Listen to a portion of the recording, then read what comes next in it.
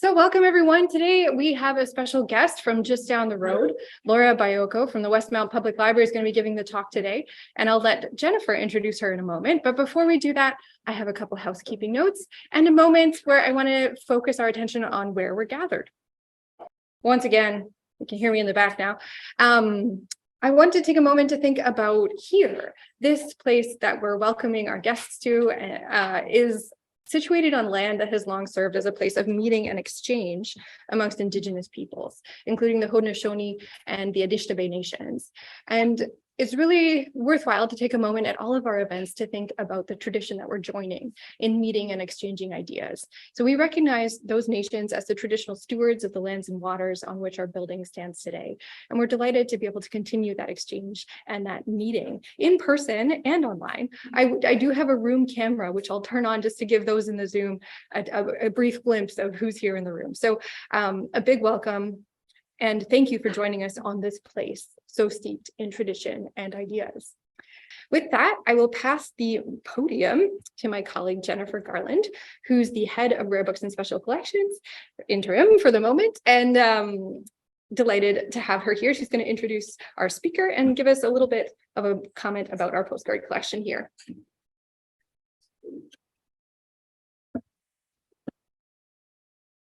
Thanks, Jacqueline. Good afternoon, everyone. Jacqueline, if I change to I'm seeing something different on my screen, excuse me. Okay, here we go. Thanks everyone for being here. A brief comment about our postcard collection here in Rare Books and Special Collections. We have some 18,000 postcards. Among those, there's a subset collected by a Dorothy Carruthers, a McGill colleague who passed away some years ago. And that subset focuses on Montreal and Quebec cards in particular. And in that area, we number some 2,000 cards.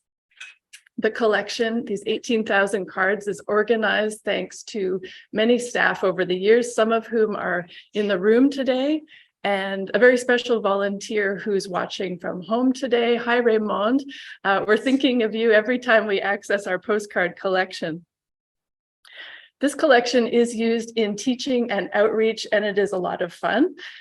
Some years ago, we scanned the bulk of the Montreal cards, and we used them to show Montreal high school students the before and after, the changing Montreal, where they were able to overlay the cards.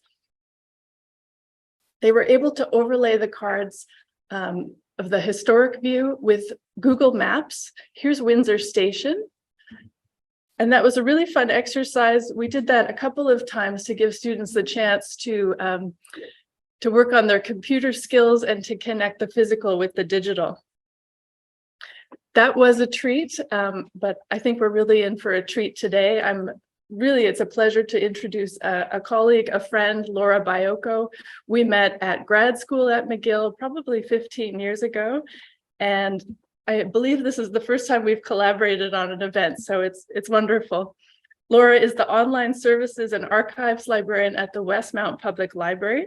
She manages and develops a bilingual website, implements and evaluates online services, and she bridges the gaps between traditional archives and the digital world. Please join me in welcoming Lora Baiocco.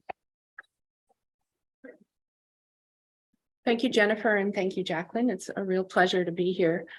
I want to talk about, and I want to thank Jacqueline specifically for giving a title to my talk, which I sent her a little synopsis, didn't send her a title, and she created this title, A Collection of Souvenirs, a Spotlight on Quebec Postcards. And I think souvenir is such a wonderful word when we're in an environment where many people understand what that word means in both English and French. So the souvenir in English is a memento, a trace, an object gathered for remembering. And from French, we get the idea of a memory and the act of remembering. And so we will be doing all these things today through postcards. We will be looking at traces and objects and mementos. We will be remembering, and we will be looking at memories. So I may go off on tangents. I may cram facts and points into this presentation, this little card of a presentation. And so I want to bring as much meaning as I can to this talk, much in the way a postcard can. And I hope I will demonstrate to you how much meaning is in this little vessel. So the first part of this presentation, we'll talk about the memento, and we'll take a look at the Westmount collection in particular, what it is, how it came to be, the story of the collection. The second part will be a little look at tips and tricks to how you can understand your cards, how you can date them. It will not be exhaustive. As we follow along here, you'll see there is so much to look at and understand. And what guides you is really your question about the object in your hand. So the third part, I'm keeping it to the end because I want you all to stay with me, is to talk about a love story in postcards. And it's a subset of our collection. It contains 800 cards. It tells the story through correspondence between Alida Dubois and Ernest Sabarin. It includes 50 other people. We have both sides of the correspondence of Alida and Ernest. We have a cast. I call it a cast because I imagine it as a mini series in the making. We have cousins, we have other suitors, Alida's 3 other suitors, Ernest 2 other objects of desire. We have friends. It's a very, very rich story. And so stay with me to the end and we're gonna dig a little deep into that one. This is just a picture of the Westmount Library, the City of Westmount floral clock, which still exists today, not in this form. This card dates from, I'm going to give you quite a large range, but the mid-1920s into the 40s probably. And I just like the idea of the clock, time flies, so apt for a postcard. So the Westmount Public Library collection was started in 1974, and it came from the mind of Mr. John Mappin. And John Mappin was the chairman of the library board at the time. And what he wanted to do was come up with a project that would commemorate the 75th anniversary of the library, opened in 1899, and the 100th anniversary of the city. And so he got this idea while he was visiting an antique store in Toronto and noticed that the owner was doing a brisk trade in old postcards. And what he said was, quote, "Although I had seen thousands of pictures of the various aspects of life in Quebec in old books, pamphlets, and periodicals over the years, many of these scenes on the postcards I was seeing for the first time." So he garnered much support from the library board, the staff, the chief librarian at the time, Lora Baiocco, and the mayor of Westmount, who fully supported the idea of this collection. And so 2 factors would shape the Westmount Public Library collection. One, that it would not take funds or resources from the regular activities and purchases of the library. So it was self-funded and contained and would not take away from the purchase of books. And 2, that it build a pictorial social history of the province of Quebec. And this picture here is just, thinking of Mappin saying, scenes I had never seen before. This is the military hospital in St. Anne de Bellevue.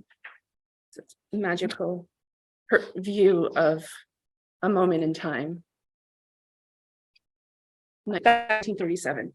One of the things that was particularly interesting to Mappin and the early stewards of the collection were views of main streets. This theme came up often.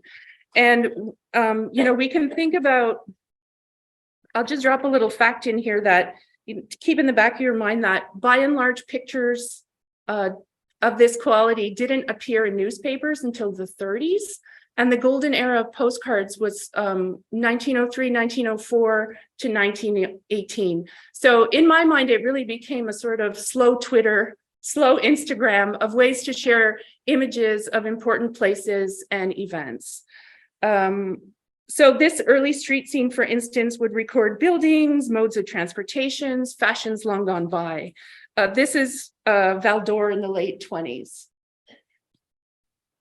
Main streets were a particular interest because they represented the socioeconomic shifts and formed the everyday experiences of citizens of a particular time.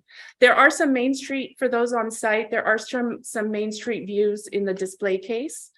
And I'm just going to skip through a few here because who wants to hear talk about postcards without pictures? So this is a shot from the 1940s in Sainte-Anne-de-la-Pocatière. And I love this one because it really, the motion of the picture really demonstrates the seconds gone by. People will move out of frame, the bus will go. This is really a captured moment. Yeah, the buses were beautiful. This is 1917, Union Boulevard in St. Lambert.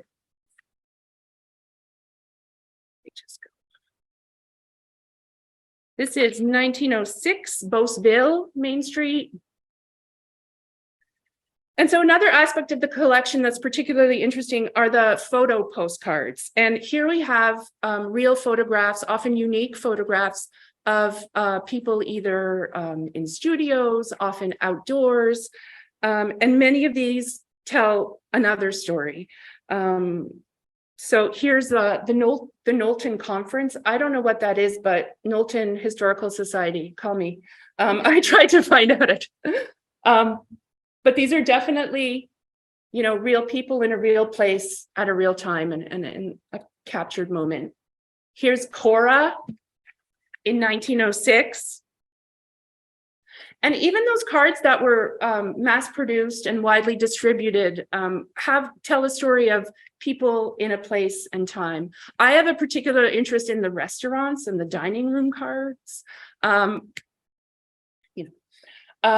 So this one would have been printed in the mid-20s up until the mid-century. It has the characteristic white border. Again, there are some restaurant cards in the display cabinet out of the room. Here's a little story from Westmount. This is a card sent to a Mrs. Tarshis in Westmount, Quebec, obviously. And it's from a soldier thanking her for sending a care package. She had a group of other women that she worked with to send regular care packages to soldiers overseas, and they would get these cards back. The end of this one says, "We won't let you down. Thank you. We won't let you down." So the story of the Westmount Public Library collection also starts with a postcard. And this was a postcard created by Mappin and the early stewards of the collection. And it was sent to everyone in Westmount who received a hydro bill. It got tucked in the hydro bill. And I have to say, as someone who does do promotion and marketing and blah, blah, blah, this is perhaps the most successful marketing call for anything campaign that the library has ever undertaken. And you'll see why in a few minutes. Genius. In addition, they solicited funds from private citizens and raised $10,000. So here's the back of the card, soliciting donations. So this card could also be used. It could be sent to friends and family abroad. But basically, the Centennial Postcard Collection is growing by leaps and bounds. Please give the Westmount Library your old postcards. And I think a few factors contributed to the success of this campaign. Westmounters, by virtue of their economic status, they were among the first to experience the changes and shifts and advances in travel and leisure. They had the means to the tourism industry, often ahead of others. Westmounters value their history, and they have long memories. We're still getting cards. Westmounters love their library, and they recognize its value in the community. And finally, and obviously, Westmounters are generous, very generous. So what started with 11 cards in 1974 quickly climbed to 10,000 cards in 1979. Someone here is chuckling in the audience. You haven't seen anything yet. And here's just a little card thanking somebody for a donation. And this is from Margaret Binty Mustard and John Mappin, so early stewards of the collection, using this postcard to send thanks for donations. So these cards were this is a bit of a mysterious picture for now, but these cards were divided and sorted into 4 core sections. Small towns, which were sorted and arranged alphabetically. Montreal had its own section with subtopics. Quebec City has its own section, and the province of Quebec, special topics, which could include disasters, which was a very popular topic of the time. Think about the newspaper pictures not being around, and so this would be a means to send a record to somebody of something of local interest. Disasters was popular. Rivers, bridges, transportation, and so these cards got sorted into these categories and photocopied and placed into albums, which could be consulted on site and still can. So here's a little inside look of the album, and really, you know, the money ran out. The money ran out in the late 80s. So this is really where the technology available to a small public library for reproducing images met the end of, sorry for clapping in the mic, met the end of the budget. So they did an amazing job. So, but the collection didn't languish in these binders. The word was out. We had this collection, and there were collaborations and exchanges with other institutions. Researchers came for images for books and films and research papers, and we were not alone. Other institutions and historical associations were reaching out to Miss Frances Gilsonin, asking about how we arrange the collection, how we catalog it, et cetera, et cetera.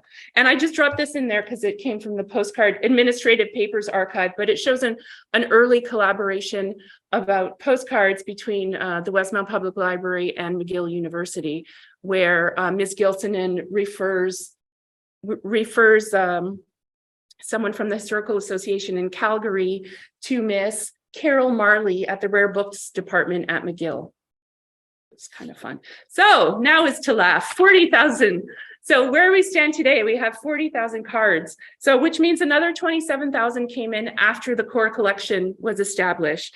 And what this represents is 4,000 more cards from the province of Quebec, 3,500 cards from around Canada, and 16,000 cards from around the world, and many, many additions to our special topics, disasters, advertisements, humor, noisemakers, whatever.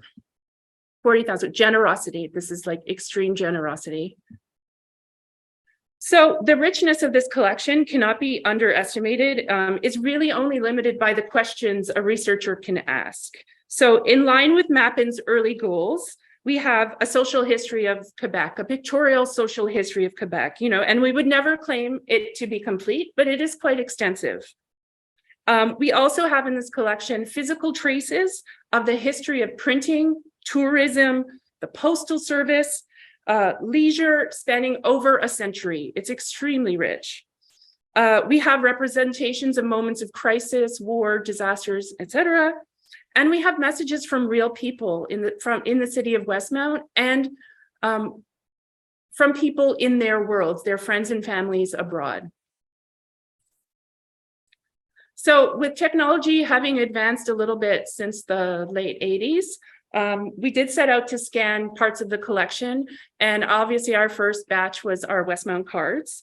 The card you're looking at here was created by the Rice Studio Limited of Montreal. And now in the grand scheme of postcard producers in Quebec, they're not big players. But what the Rice Studio, I'm talking under 30 cards, like very small. But what the Rice Studio gave us was pretty much the earliest view of the inside of the library in photographic form.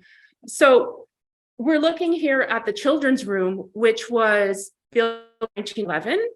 And Rice took these photos between 1910 and 1920. So we're talking about the first decade of the children's room. It's quite extraordinary. So we're really happy we were interesting enough. Here's another one from Rice. And this is the reference room, which would have been taken in the same era. So this information about Rice that I've shared with you is from an incredible catalog of postcards of Quebec produced by Jacques Poitras. I brought it today if anyone wants to leaf through it afterwards. And it was really a starting point for us in terms of understanding the production of cards and their times. You know, when we talk about postcards, we often want to know when. But we really can't talk about the postcards of Quebec without talking about Jacques Poitras. And these are, my photo doesn't do justice to the amazingness of these two works, but the Repertoire Poitras, the one with the blue border there, that is a catalog of the companies producing views of the province of Quebec, the history of those companies, a listing of the cards they produced. Often you'll find the company's address, photographers, and the itemized inventory of all the views of Quebec that they created. And this catalog or this repertoire covers 1900 to 1950, which was a huge era for production. This was, it covers the golden age and beyond, and they didn't just die off after the golden age, so up to the mid-century. And Poitras did consult our collection for work on this repertoire, just, putting that in there. So these are companies that produce postcards, and I put them here not to say they're the most important or produce the most, but just as a sort of entry point to talk about the production of postcards.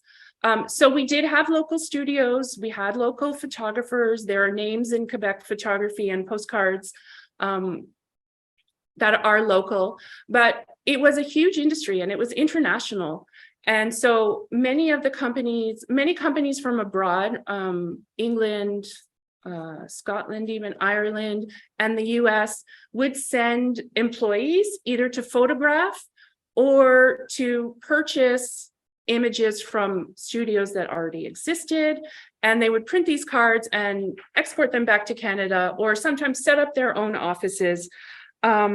So there were different ways these pictures ended up on cards. They could have been very local start to finish, but often they were, many big producers were buying up images or sending in photographers. And this is where I feel like it's really important to make this point, and it's not mine, it's Monsieur Genius Poitras. And this is kind of like, this was his mic drop moment for me when I was reading his works.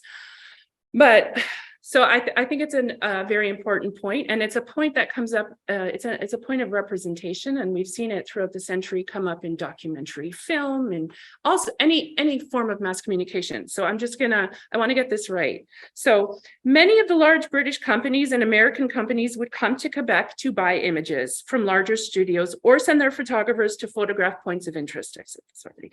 The English-speaking employees, whose companies would eventually put out many of the cards we see depicting the sites of Quebec, especially in the first half of the 20th century, would inevitably seek out contacts in Quebec who were also English speaking. And in the case of photo studio contacts, they did business with part of and involved with the Anglo bourgeoisie. So it must be noted that the subject matter they represent, or the people they photographed for mass-produced cards, while part of the fabric of life in Quebec, may not have been representative of the interests of Francophone Quebec or necessarily in line with what they might have deemed important. And I'm just going to drop that there, but I think it's really important to note. This is a monument of Edward VII. This is the McDonald Monument, just as an example. And so what I want to do now is just pull out some examples of how we date. How am I doing for time here? How we date and understand the time frames of cards. So what we're looking at here is the oldest card in our collection. It's from 1877. And this is what cards look like in 1877. And they were used for administrative purposes. So this is a bank correspondence. The stamps were printed, there were no pictures, and really the picture postcard only came to Canada in 1903. So sometimes you get really lucky and all the information is there for you, but this almost never happens. This is we're going to go back to the question of when. This is a unicorn of a card, right? So it has August 30th, 5:15 a.m. Okay, thanks. And then the back actually has a firsthand account of this event. I'm just going to read a little bit to you. So you have probably read the reports and do not need to be told that she is 400 feet. She's actually 719, so the rabbit hole, but long and silvery like a salmon, Her nose is tied to the mooring mast, but there are also cables here and there tied to rollers on the ground, and thus goes scuttling along at every shift of the big fish. Amazing, right? But you almost never get it so neatly packaged. So we look at sort of different parts of the card to piece together times or to answer the questions we want to answer. Postmarks, fashion, the message, everything's a clue. And so we'll look at this like unicorn of a card, but then, I want to draw your attention to this card. So this is a celebration. The image itself, the subject matter, is a celebration of the Queen's Diamond Jubilee in 1897, okay, in St. Hyacinth. The picture postcard didn't come to Canada until 1903 at the earliest. So we know that, we have a time discrepancy there. And the pencil marks on the front say 1908. And this brings up the question, what do you want to know? What do you want the postcard? What story do you want the postcard to tell? And it's really about the question you ask. So are you interested in the printer, the printing technique, the subject matter? Are you interested in understanding royal celebrations in Quebec? Are you interested in the stamp on the back? So what information you pull out is really, really about your research question. So the golden age of postcards was also marked by many, many photographic cards. So these cards would be, they're quite valuable and interesting in the sense that they're unique for social history. So many times we do have little messages on the back and we think, oh, okay, so, this one we don't. We can look at her fashion and dress and try to estimate. And go, oh, the back is blank. But this is just another example of everything tells a story. So I draw your attention to the stamp box. So Azo paper was produced by Kodak. And this was the paper used for the creation of these photo postcards. And here's a chart from a website, playl.com, who's a collector. And what you can do is see that if it has 4 triangles pointing up in the corners of the post box, it was made between 1904 and 1918. Just really everything is a clue. I'm not going to go into all the variations, but just Google everything, you'll find it. The other thing is obviously printing. This is from a website that unfortunately no longer exists, but if you want to, pull out your magnifying glass or zoom in on your scan, you find out the when of a postcard from the printing techniques. So, 1 and 2 are ones from the early era. We have a magnification of a real photograph, a collotype. 10 and 11 are quite prominent in our collection as well. 10 having color tints added, often by hand. There's much documentation about printing techniques. The Getty has an incredible encyclopedia that's mostly available online that gives you more detail than you might want. Also, there are experts out there. There are experts out there who are hobbyists. There are experts working in institutions. Here, what comes to mind locally is the Bibliothèque et Archives Nationales, specifically the Rosemont Petite Patrie branch, who has a really dedicated and knowledgeable team. The Pointe-à-Calière Museum, the McCord Museum. It's a very interesting and long growing topic, and the expertise is out there if you have questions. So now the love story. Gotta speed through this. All right, so this is the Sabarin collection, and as I mentioned, it's a unique collection in that we have both sides of and a whole cast of characters to go along with them, of over 800 cards. Yes, so here, let's start our mini series to be made. Many of the cards in this collection are not depictions of Quebec. Most of them are not. So these are cards that would have been imported from France. In one card, we have Alida, who is the bride of the story, saying, oh, I bought some cards from Montreal. So she would shop around for these beautiful cards. And I always have this fantasy of walking into a bookstore or a general store and seeing a wall of these amazing, gorgeous cards from France. So I just wanted to show them to you because we're going to flip the cards now. This is not the pictorial history of Quebec. We're going to look at the text. Oh, here are two other beautiful ones, just some little eye candy because you should see these. So we're going to turn the cards over and plow through the text, the story. And I have to say that this under the microscope examination of this love story could not have happened without the work of Julie Bouchard, who is the head of systems and cataloging at the Westmount Public Library, who co-created with me a story about this collection for the interactive touch table in the Westmount Public Library. So her curiosity, her research skills, her travels down the rabbit hole. Thank you, Julie. So we're going to start with a tradition that we found in reading these cards. So it's called we call it the Sunday Suitors tradition. So a young man could visit a young woman at her house on Sundays under the supervision of a family member. Visits could also be accepted on Tuesdays or Thursdays, but other days would have been inappropriate.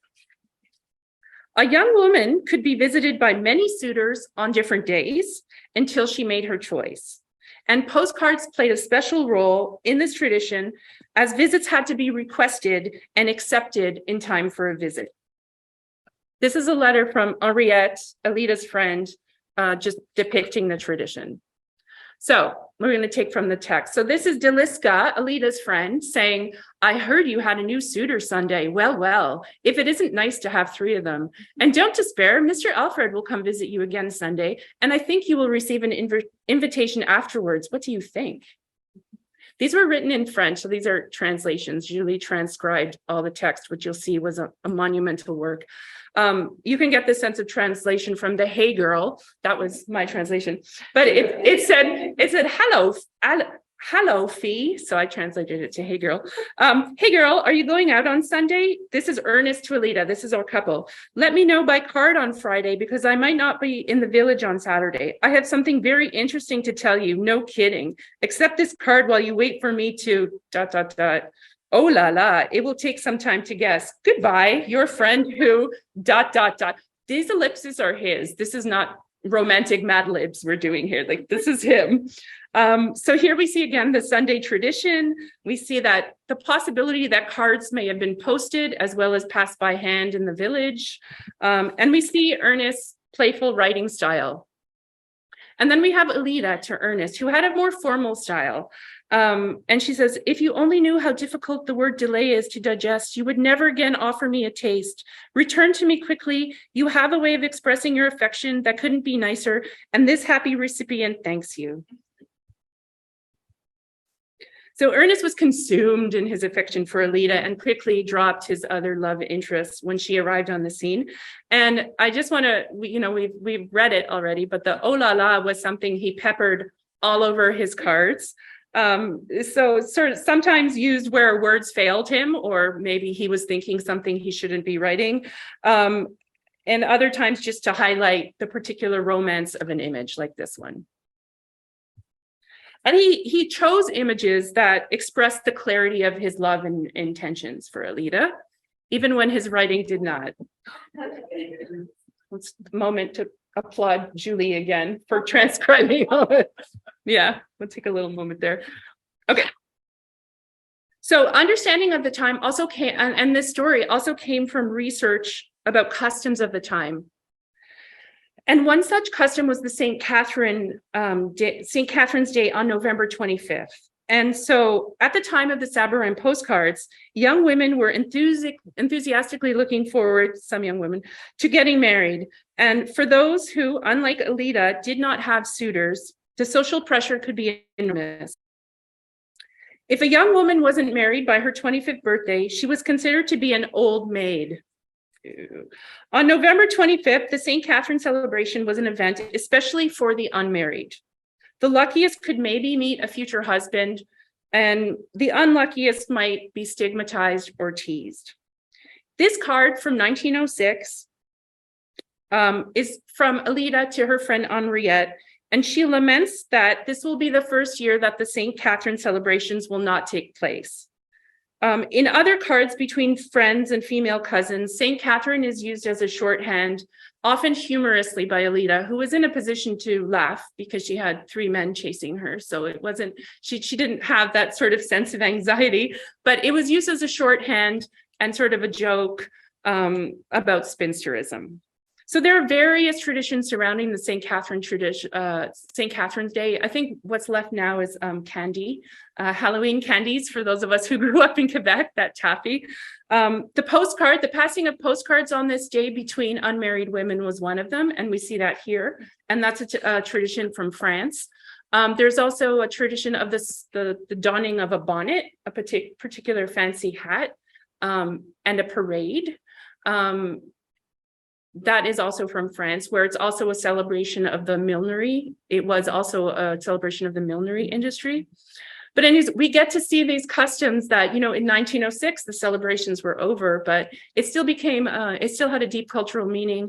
And it was just nice to reveal a little story in there. Lastly, I want to talk, well, not lastly, soon. I'm getting there, Jacqueline. I want to talk about the sense of space, travel, and the importance of weather and weather conditions at the time. So here, Deliska again, she pines for winter and consequently the hardening of the ground, as wet conditions would mean feet and wheels moving through the mud on a Sunday visit. Is winter really here? One can only hope. We have been walking in the mud for so long. It is so trying for these poor boys on Sunday evenings. And from Ernest to Alida, as it is almost impossible for me to fulfill your desire, which is also my desire, it's not for lack of wanting to, but rather the temperature is unfavorable to lovers. And this photo postcard will give you an idea of what, temperature, road conditions, what all of that would mean. This is a photo postcard from the collection. And I believe Ernest is sitting behind the men in the tall hats, so you can't see him. But the idea of wheels stuck in mud, the need for a horse and a carriage. And just to give a little context, there was a lot of pining and I can't see you and the mud and the road. Today, the distance between Alida and Ernest, between Rigaud and Tré Saint-Redempteur is 11 minutes by car. So this one is in Rigaud. I think it's in Rigaud. I have strong evidence to say it's in Rigaud. We'll get there too. So back to the little card packing a big punch. Ernest sent this card to Alida, and what it does is it shows how the placement of a stamp could send yet another message, put yet another meaning into these little love notes. So Ernest had his favorite. So shortly after the sending of this card, he sends this card, which means the placement of this stamp means I'm dying for your love. It escalated very quickly. So we're back on the front of the cards now, and I want to talk about the unique photo postcards in the collection. So again, we've already talked about, they were all the rage. People did this, sent pictures of themselves. I believe Ernest is the blurry face now. We'll never see Ernest. And I believe this because this is Ernest's cousin, Emile. He was a photographer in Montreal. And on the back of this card, he writes, "The cards I took on the mountain and in the forest did not turn out, and I will return to Rigaud on September 1st to redo them." I hope this is a redo. There's nothing on the back of this card, but I do believe this is Ernest. Here we have Aurel, who is Ernest's younger brother, who writes to tell Ernest, don't send my stuff to school, send it back home to Rigaud. Future correspondence home to Rigaud and not to school. Here's cousin Dennis in 1905. I love these picture postcards. Like all these people, if they haven't come alive through the words for you, they're coming alive through the pictures. Here's Henriette, who writes to Alida from Montebello, which seemed a very, very, very far away place. And she says, "Let me know if you recognize the person in this picture, as it's been so long since we've seen each other. I'd really like to see you. Come visit me already." This particular photo postcard is not signed, but the handwriting, look how deep we go. The handwriting on the back matches one of Alfred Aubrey's, who was one of Alida's early suitors. This is Lydia, who was a love interest of Ernest early on in 1907. And this correspondence quickly dwindled out when Alida arrived on the scene. And this is Palmyra, Ernest's cousin, who writes to him from Hull in 1907. And although not a photo postcard, she's attached a little picture of herself to say bonjour to her cousin. And that's bringing me to the end of my presentation. There's a lot more I could tell you. I will let you know that Alida and Ernest married in Tré-Saint-Redempteur on June 22nd in 1909. He became mayor of that town. He passed away in 1944 as mayor of that town. Alida lived on till 1980. Really, yeah, a really long life. So that's the end of our love story. So parts of our collection, just back to the overall collection, parts of the collection can be seen on our interactive touch table. You can also find digitized portions of our collection in our Flickr account, which is flickr.com/bibliowestmount. Next year is the 50th anniversary of this collection and the 125th of the library, and we hope to shine a special light in the spirit of the collection to celebrate it as an anniversary special project by creating new exciting access points.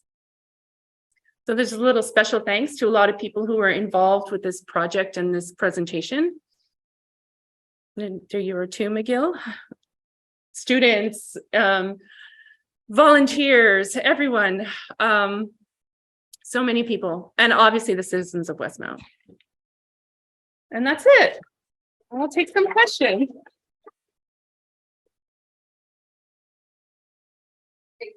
Ooh, thank you. Shall I? Well, maybe we'll stand because we'll be passing off the microphone here. Okay. Yes, questions welcome from the crowd and on the Zoom. We have one from Chris. However, for the Zoomers, if you want to come up and ask it at the podium, that would be great.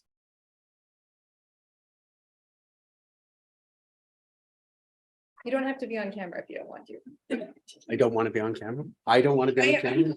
I don't want to be on camera. All right, so how much time do we have? Question. Oh, Question. okay. Tough. Okay, thank you very much. That was wonderful. Very informative. I'm curious to know, do you have a sense of who actually consults and uses these collections now? Do you have, we've had various people in various incarnations using our collection here at Rare Books and Special Collections in the Osler Library, but I'm curious about your experience at Westmount in the public library. Sure. Thank you. So I know from the archives that our images and have been used in publications, in books about postcards. There's one that actually By the Letter is one book, and they've actually printed that that stamp postcard with the key, the love secret key with the stamp placement. We've had people consulted in the creation of an app for lost rivers of Montreal, looking at old parks and waterways. Television shows. There's a film from the NFB that is available online for free. It's called Cher Albertine. And many of the Sabarin cards were taken for that particular film. And it's a short film. It's a short story. It's a love story about somebody arriving in the port of Quebec. And it uses the images of the postcard. So a lot of television shows, film, books, sort of commercial output, a lot of commercial output. Thank you very much. Question from the Zoom. Yes. What techniques do you use of the enormity of 40,000 postcards in terms of archival techniques for preservation and maintaining the collection? So the core collection was stored, part of that original $10,000 budget was for taking care of that collection. So there is a cabinet, there are archival sleeves. That core collection was really preserved, but when we got to the overflow, which is something I got to with volunteers and students, it was stored in shoe boxes in filing cabinet, like literal shoe boxes, not they were protected shoe boxes in filing cabinets. So what we did was we sorted them, we purchased proper archival material, sleeves and boxes. We moved them into our archives proper. So we try to obviously like use proper archiving techniques to protect these because they are as valuable as, you know, what got counted first. Well, I will ask my own question. I noticed in the library, one of the ones that you showed that showed the incredibly difficult task that transcription must have been, with writing going in all directions on the back of the card. There was no space for a stamp. I was wondering, in the context of the Saburai cards, would these have been delivered by hand? Would these have been sent in the, someone commented in the chat actually that at one point in time, mail was delivered thrice daily in Westmount. Can you comment a little bit about that, hand delivery versus mailed cards?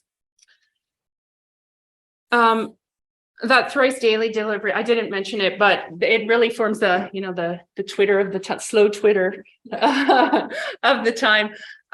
I think I alluded to it in one of the quotes that I read out. I know I was going very quickly, but I think, and we can see in the Sovereign collection, some of them have stamps and some of them don't. Some of them, it's quite odd, like the peacock and the real hair card, like you're not going to put a stamp on that and send it in the mail, but some just regular cards don't have stamps. But I think some of them were passed hand to hand in the village. I don't know how stealthily or if they needed to be stealthy.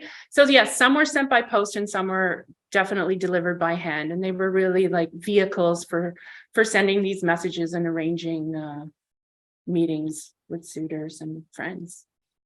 I don't know if that answers the question. It doesn't, yeah, in part. Yeah, we have another question from the Zoom, and then we'll take one more for the room. So first on Zoom, the question from Maeve: was producing, buying, and sending postcards pricey? Was it a pricey endeavor? Would it have been for the elite or accessible to everyone? Well, that's a good question. I don't know that I can answer that in an educated way. It was widespread, and millions, if not billions, were sent in the golden era, which leads me to think it was accessible. It was an accessible, stamps were a penny. I know that penny was worth like way more back then, but I would think it would be accessible, but it's not something that I want to. There's a good research question. Yeah, there you go. I think it was because it was popular. It was, you know, it's written as a means of mass communication, which is kind of incredible because it's a personal, so it's mass, but it's personal. So I think it was, but I'm not the expert on that one. So I can't help but draw comparisons between postcards and the agony column, because we actually have an exhibition in our lobby right now that investigates personal ads in the agony columns of Victorian papers. And the comparison that I'm drawing is that it's like a public medium. Anyone can read what you wrote on a postcard, just as anyone could read the personal ads. So it's interesting, these ellipses and the omitted facts. It was the ooh la la's. We'll just put that in our Twitter account today later on. We'll just drop in some question from the room. You want to come up? And I repeat my offer to Chris, you don't have to be on camera, just stand beside the podium if you don't want to be on camera so we can hear you. Thank you for your presentation. Oh, thank you for coming. I just wanted to introduce people here that we do have a Montreal Philatelic Club, which also has members who collect some of the cards and things. And if you're interested in presentation on cards, sometimes we have that. We welcome guests. Alexandra Glacian is one of our members. I think she has a card which she'd like to present if you can show it. We did speak earlier, and I said, you are my people. You found the rabbit hole of a card. Hours, days. Hours and days. Meals, just, oh my goodness, it's 7:30. I haven't even thought about dinner because it's too much fun. It is fun, and it's rewarding. in that detective kind of way. And there's a question on the chat once more that applies to both of our collections, and that is, how can users actually research or access these collections? If you have a research question, what's the best way to go about exploring it? The internet from the room. Well, I mean, there are collections online. The B&Q collection online is quite incredible. And there's a lot of work that's been put into that, obviously by experts and teams of experts. McGill also has a great collection. As I mentioned, we only have parts of the collection online right now, available for the public. Those are in our Flickr account if you just want to consult and not talk to us. But we often encourage you to reach out to either the reference desk. Anyway, the request will end up on my desk somehow or in the reference department. So really just reaching out with your reference question or your research question, will be there to help. But also seek out the work that's already been done, because we're not here to rewrite the postcard. And Jennifer, I don't know if you want to add anything about our own collections. I'll let you speak. Yeah. Okay. Similar email. Okay, so the answer from our perspective is very similar. The same thing in that a portion of ours, as Jennifer mentioned, are available online, but the best way is to send us an email. We do have a catalog that's been put together through the work of many of the people Jennifer mentioned at the beginning. So there's a good starting point to accessing the entirety of our collection, which is actually in one of the instances where ours is much smaller than the Westmounts. So 18,000 versus 40,000, I think you guys win.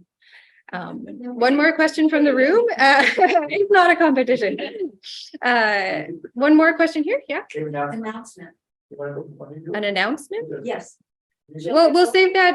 It's not really the moment for announcements. We'll have closing comments from Christopher Lyons, and then we'll be able, we invite you here in the room to visit the case outside. You can see a selection from Westmount and from our collection. So Chris, come on up. Oh, thank you. Thank you very much. That was very enjoyable. I did a bit of Googling. I was paying attention. I wasn't checking out Instagram or something like the rabbit hole, but at least the rabbit found a carrot, which is I went to the Bank of Canada website and they have a historical currency tabulator. So you put in an amount from a specific period of time and it'll tell you how much it's worth today. So your 1 cent stamp would be the equivalent of having to spend, wait for it, 25 cents. So 25 cents. So think of what 25 cents costs you now. God, you get nothing for 25 cents. That's what you get for posting something. And then whatever the cost of the card would have been. And to the point about mailing things back and forth, there was a Saturday delivery as well. So there were 2 daily ones. When I was in India in the 90s, there were like up to 4 deliveries a day. And it made me realize that's how most people communicated. So the Postal Service had to be able to do fairly instantaneous communication, sometimes same day. If you wrote someone in town fast enough, you'll get a response the same day. I also think that's why that I won't be here Saturday is significant. It's because he wouldn't get the Saturday delivery because he won't be there. So if he's going to get an answer, he needed it on Friday. That was what I was guessing. So that gives you some sense of what it would cost to send these around. So, and hence their popularity was because there were cards, as you noted, and that goes into the 20th century, business communications as well. You want to come over for supper tonight? You'd post someone that, get the answer that day. So it's a very common one. I have to say one other thing. John Mappin, who some of you may have even known, was a collector, not a collector, but he was an antiquarian, secondhand Canadiana bookseller. We have his archive here as well, so you can. Oh, hello. I'm honored. I am honored to meet you. And I've often wanted to spend some time diving in that. In the 70s doesn't surprise me because if you think of the shifts in history, in the 1970s, there's a real growth in what's called social history, particularly Canadian social history. So institutions will start collecting stuff which was considered too ephemeral normally for institutions to collect. This becomes important understanding about the everyday life of people. So the fact that this was done in the 70s, it was John Mappin, who was one of the, I think the earlier purveyors of Canadian ephemera, and we have a large collection of his still in our collection, makes perfect sense. Now, I just want to thank a few people at our closing. Of course, Lora Baiocco, I want to thank you for coming all this way on the 24 bus, no less, to be with us. And that's I'm assuming you'll go back on the 24 too. So that's that is wonderful. And of course, Jacqueline Sundberg for hosting this and doing, as she always does, such a great job. Of Jennifer Garland for giving us our opening remarks and being here, for Labiba Faiz for being on screen and on task and on top of things. That's very much. And Ramon Grant, thank you for tuning in and for all the work you did in I think organizing some of that collection. That's quite wonderful. Talking about the importance of volunteers. It's important to recognize Ramon and the many things she's done over the years here. I want to point out our next event in our Roar family is on April 3rd at 5 o'clock. This is the Dr. LaRose Osler Library Artist in Residence will be giving a talk on her work. It's called An Evening with Ana Maria Gomez Lopez, the LaRose Osler Artist in Residence. That's a program that's been going on for several years of having a artist in residence in the Osler Library. It's thanks to the generosity of Dr. LaRose. That's on Monday, April 3rd at 5 o'clock at the Osler Library. If you've not been to the Osler Library, I encourage you going. And that's you can register just by going on to the Roar website online. And on that note, I want to thank you all, both in person and at home, for attending. And I wish you a good afternoon, evening, morning, depending on where you're tuning in from. Thank you.